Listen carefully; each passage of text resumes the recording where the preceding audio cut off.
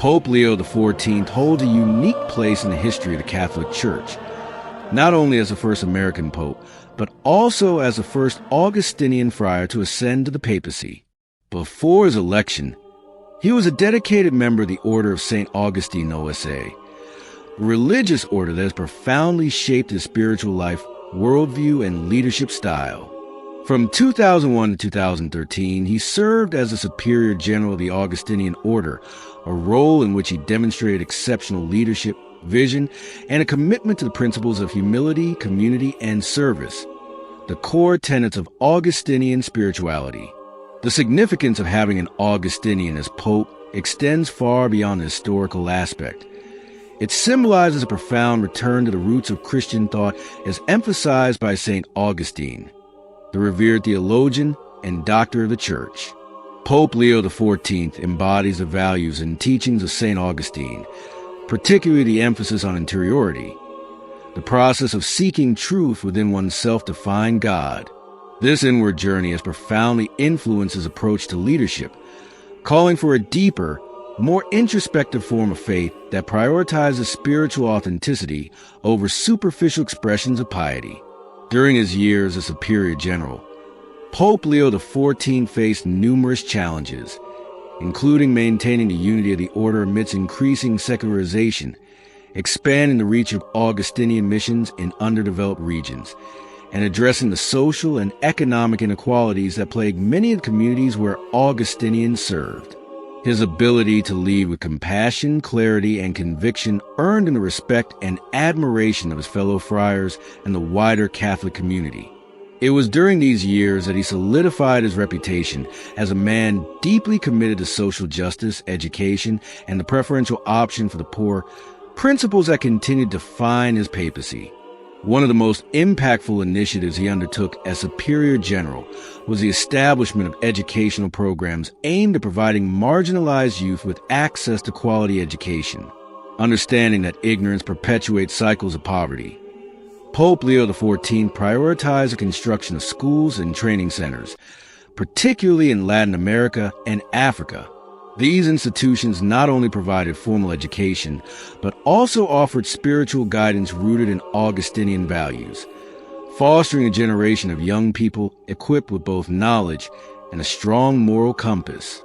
Moreover, his leadership in the Augustinian Order was marked by a distinct focus on fostering a culture of transparency and accountability.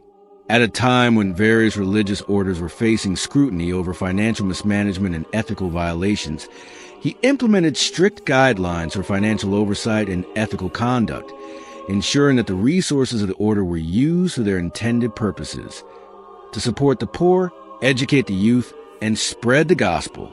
His unwavering commitment to integrity became a hallmark of his tenure, further enhancing the credibility and moral authority of the Augustinian Order.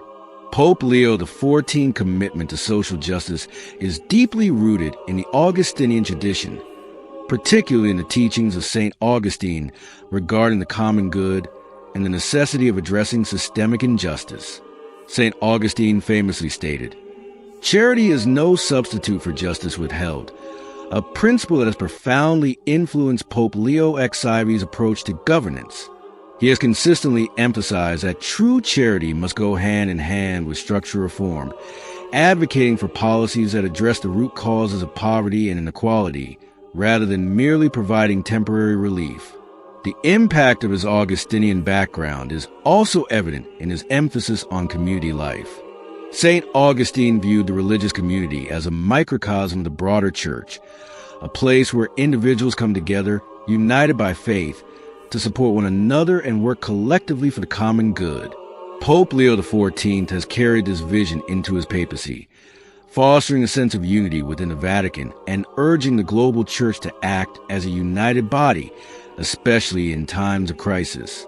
His frequent calls for synodality, the practice of walking together in faith, reflect the Augustinian ideal of communal discernment and shared decision-making.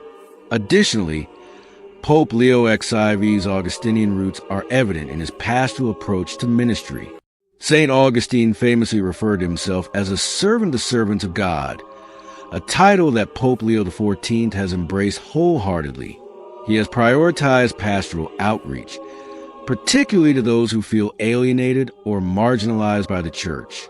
His years in Peru, where he worked closely with impoverished and indigenous communities, have shaped his perspective on the importance of listening to the voices of the oppressed and advocating for those on the peripheries.